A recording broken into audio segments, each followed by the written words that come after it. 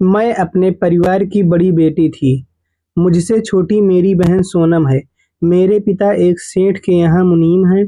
उन्होंने सरकारी स्कूल, सरकारी अस्पताल और सरकारी राशन के भरोसे किसी तरीके हम लोगों को पाल-पोस के बड़ा किया। मेरे पिताजी ने अपनी पूरी जमा पूँजी से किसी तरह मेरी शादी रेलवे में काम करने वाले सुमित से करा दी थी। सरकारी नौकरी वाले दामाद के लालच में इस शादी पर 6 लाख रुपए खर्च हो गए थे। अब कोई बचत नहीं थी, क्योंकि परिवार में दामाद के आने से दिखावे पर खर्च बढ़ गया था। पिताजी मेरी छोटी बहन सोनम को बीएड कराने के बाद नौकरी मिलने का इंतजार कर रहे थे। उन्हें पूरी उम्मीद थी कि सोनम की सरकारी नौकरी लग जाएगी और उन्हें शादी का एक पाई भी खर्च नहीं करना होगा। फिलहाल तो उनकी माली हालत डावाडोल थी। सोनम की पढ़ाई और मोबाइल का खर्च भी मेरे और सुमित से मिलने वाले उपहार पर निर्भर था। सुमित मेरा पूरा ख्याल रखता था। हमारी तरफ से उन्हें कोई चिंता नहीं थी। सोनम की शादी में सुमित पैसा लगा देंगे। एक उम्मीद उन्हें इस बात की भी थी। असली मुसीबत, यह कहना चाहिए कि मुसीबतों का पहाड़ तब टूटा जब शादी के 3 साल तक मैं मां नहीं बन सकी और इस मुसीबत ने पूरे परिवार को झकझोर दिया। गनीमत यह थी कि मैं अपने पति के साथ शहर के रेलवे क्वार्टर में रहती थी। सास के ताने मोबाइल फोन पर मुझे बार-बार सुनने पड़ते थे। मेरे पिता का मुझसे भी बुरा हाल था। मेरी सास तलाक की धमकी देकर पिताजी का खून सुखा देती थी। मेरी सास के ताने शादी में मनचाहा दहेज न मिलने से शुरू होकर बच्चा न होने पर खत्म होते थे। मेरे पूरे मायके को अभागा, मनहूस कहा जाने लगा। मेरी छोटी बहन सोनम को इस झगड़े में लपेट लिया गया।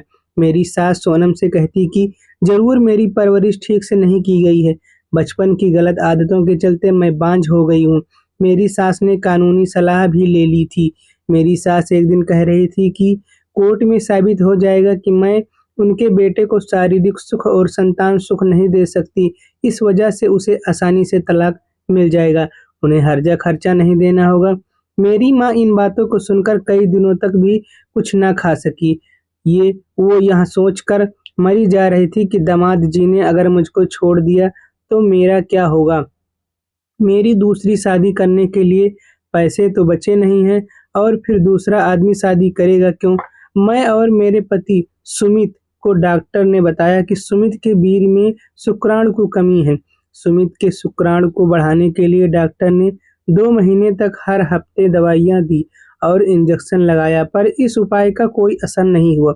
जब किसी भी डॉक्टरी का इलाज बाप नहीं बना सका तो मैं माँ के बताए हुए उपाय देसी नुस्खे को अपनाया गया, पर इस सारे उपाय से कोई फर्क नहीं पड़ा। पति की पगार समय पर आए या न आए, पर मेरी माहवारी ठीक 28 दिनों पर आ जाती थी।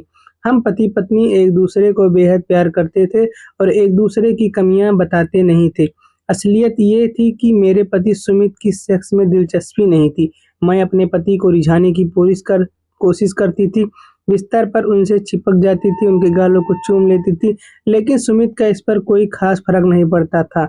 इसके बाद हमने टोटके का सहारा लिया। मंगलवार के दिन हम पति-पत्नी ने कुम्हार के घर जाकर पुत्र प्राप्ति के लिए प्रार्थना की और एक डोरी जिसमें वह मिट्टी के बर्तन बनाता था मांग लाए। घर आने के बाद एक गिलास में पानी भरकर वह डोरी उसमें डाल दी। 1 हफ्ते तक वह डोरी उस पानी में डुबो कर रखी। अगले मंगलवार को गिलास से डोरी निकालकर हम दोनों ने वह पानी पी लिया और इसके बाद वह डोरी हनुमान मंदिर में जाकर समर्पित कर दी। उस रात हम दोनों ने संबंध भी बनाए ताकि मैं माँ बन सकूं। फिर 28वें दिन जब मुझे पीरियड नहीं आया तो सुमित दौड़कर प्रेगनेंसी किट ले आया, पर यह कोशिश भी नाकाम रही। 29वें दिन खाना बनाते समय मुझको पीरियड हो गया। सुमित की बहन ने एक टोटका को आजमाया। अपने बच्चे का पहला टूटा हुआ दांत एक काले कपड़े में बांधकर धागे की मदद से मेरी कमर में बांध दिया। जब तक मैं पेट से न हो जाऊं, इस धागे को किसी भी कीमत पर न उतारने की कठोर हिदायत दी गई। दूध के दांत को कमर बांधते हुए भी 3 महीने का समय हो चुका था, लेकिन अभी भी मेरी कोख सूनी थी। धीरे-धीरे सुमित भी अब मुझको ही बच्चा न होने के लिए कसूरवार मानने लगा। ससुराल पक्ष की मौसी, नानी, बुआ, ताई सभी मुझको ताने देने लगी। मेरे पास खुदकुशी करने के अलावा कोई रास्ता नहीं बचा। मरने की सोचना आसान है पर मरना आसान नहीं। इसे कहते हैं कि मुसीबतें इंसान को बहुत ही और धोखेबाज बना देती हैं। इसी बीच मेरा देवर समीर 3 साल पटना में कोचिंग करने के बाद मेरे और सुमित के साथ रहने आया। शहर में उसके सरकारी नौकरी के एग्जाम थे। मुझको समीर के आने से बहुत राहत हो गई। सुमित और मेरी सास को अब मुझ पर चिल्लाने का मौका नहीं मिलता। मेरी समीर से खूब बनती थी। ऐसा लगता जैसे हम दोनों जन्म जन्मांतर के दोस्त थे।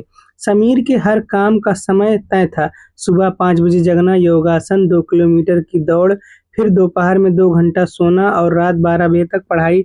मैं असिस्टेंट की तरह खड़ी रहती थी और देवर की हर फरमाइश को मुंह से निकलने से पहले ही पूरा कर देती। सुमित के घर आने के बाद उनकी मोटरसाइकिल से हम दोनों खरीदारी के बहाने निकल जाते।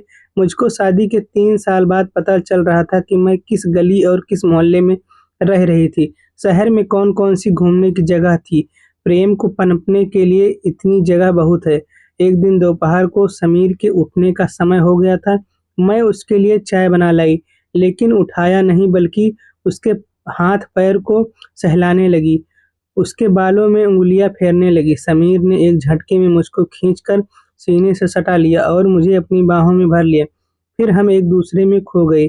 अगले दिन मैं और समीर नज़र नहीं मिला पा रहे थे, पर हमारे बर्ताव से साफ समझ में आ रहा था कि हम दोनों बहुत खुश थे। एक दिन मैं रसोई में खाना बना रही थी, तभी समीर रसोई में आकर मेरी कमर में पीछे से हाथ डालता है और कूल्हे को सहलाया तो मैंने गुस्से में उसकी पीठ पर हल्के से चिमटे से मार दिया। उसे लिमिट में रहने की हिदायत दी और जब समीर बुरा मान गया तो तुरंत ही मैंने कान पकड़ कर माफ़ी मांग ली। मेरा खुरापाती दिमाग पूरी कुशलता से काम कर रहा था। एक रात मैंने सुमित को बताया कि मैं इन दिनों शिवलिंगी बीज का एक भाग और पुत्रजीवक बीज के 2 भाग को मिश्री के साथ खा रही हूँ। नंद का दिया टोटका बांध रही हूँ, तो आज अच्छी उम्मीद है। फिर रात में देर तक मैंने सुमित के साथ भी संबंध बनाया। यह कई दिनों तक चलता रहा। दोपहर में समीर और रात में सुमित के साथ प्यार। इस बार मेरी कोशिश रंग लाई। शाम को मैंने सुमित की पसंदीदा कॉफ़ी और पकौड़े बनाए और उसे ये खुशखबरी सुनाते हुए उसकी गोद में बैठ गई, तो सुमित ने मुझे ढेर सारा प्यार किया। मेरे घरवालों को जब यहाँ पता चला तो उनकी खुशी का ठिकाना ना रहा। मेरी माँ ने पूरे मोहल्ले में लड्डू बाँटे। मेरी बहन सोनम भी बहुत खुश थी। उसने मुझे फ़ोन कर बधाई दी। अब मेरी सास भी मुझसे प्यार करने लगी थी। वह मेरा बहुत ख्याल रखने लगी। समीर अपने एग्ज़ाम देकर वापस पटना चला गया था। मैंने प्रेगनेंसी के आखिरी दिनों में समीर को वापस बुला लिया। अब दिन भर के बेरोक-टोक समीर मेरे साथ रह सकता था और एग्ज़ाम की तैयारी भी कर सकता था। ठीक मेरी डिलीवरी के दिन समीर का रिज़ल्ट आ गया। समीर को सरकारी नौकरी मिल गई। मेरे बच्चे की आँख मुझसे मिलती थी। कान, नाक, ठुड्डी ससुराल के किसी न किसी सदस्य मिलते थे। मेरे सास और मेरे पति सुमित की खुशी का ठिकाना ना रहा। समीर के लिए एक से बढ़कर एक अमीर घरों से रिश्ते आ रहे थे। बहुत सारा दहेज भी मिल रहा था, लेकिन समीर ने लड़की देखने से साफ मना कर दिया। मेरा और समीर का प्यार ऐसा छुप-छुप के चल रहा था। फिर मैंने समीर को अपनी बहन सोनम से शादी के लिए मना लिया। सोनम को भी इसी शहर में नौकरी मिल गई थी। हम दोनों परिवार एक साथ बहुत प्यार से रहते हैं। मैं दोबारा माँ बनने वाली थी। मैं दिल से समीर की आभारी थी जिसने मेरी ज़िंदगी उजड़ने से बचा ली थी। तो दोस्तों, अगर आपको यह कहानी पसंद आई है तो कमेंट में ज़रूर बताएँ। धन्यवाद।